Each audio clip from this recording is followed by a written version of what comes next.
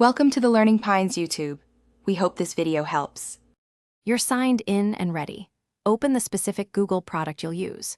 For example, choose Drive for files, Docs for inline links, Sites for web pages, or Search to save a result. Make sure you have the exact URL copied to your clipboard and decide the display text now. These first steps prevent interruptions. Once done, navigate to the exact file or page where the link will live and position your cursor or select the item you want to turn into a link. You'll add the link using the product's insert menu or the familiar link icon. Keyboard shortcuts like Ctrl+K speed this up. Paste the URL into the dialog, edit the visible text so it's descriptive, and select Open in New tab when that option exists to preserve the reader's place. If you're linking a Drive file, pause and set sharing permissions now so recipients can access it.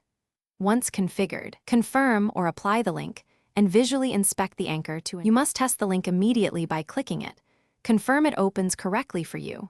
Then test in an incognito window or another account to verify access for others. If it breaks, inspect the URL for typos, ensure it uses the correct protocol like HTTPS, and recheck file sharing or site publishing settings.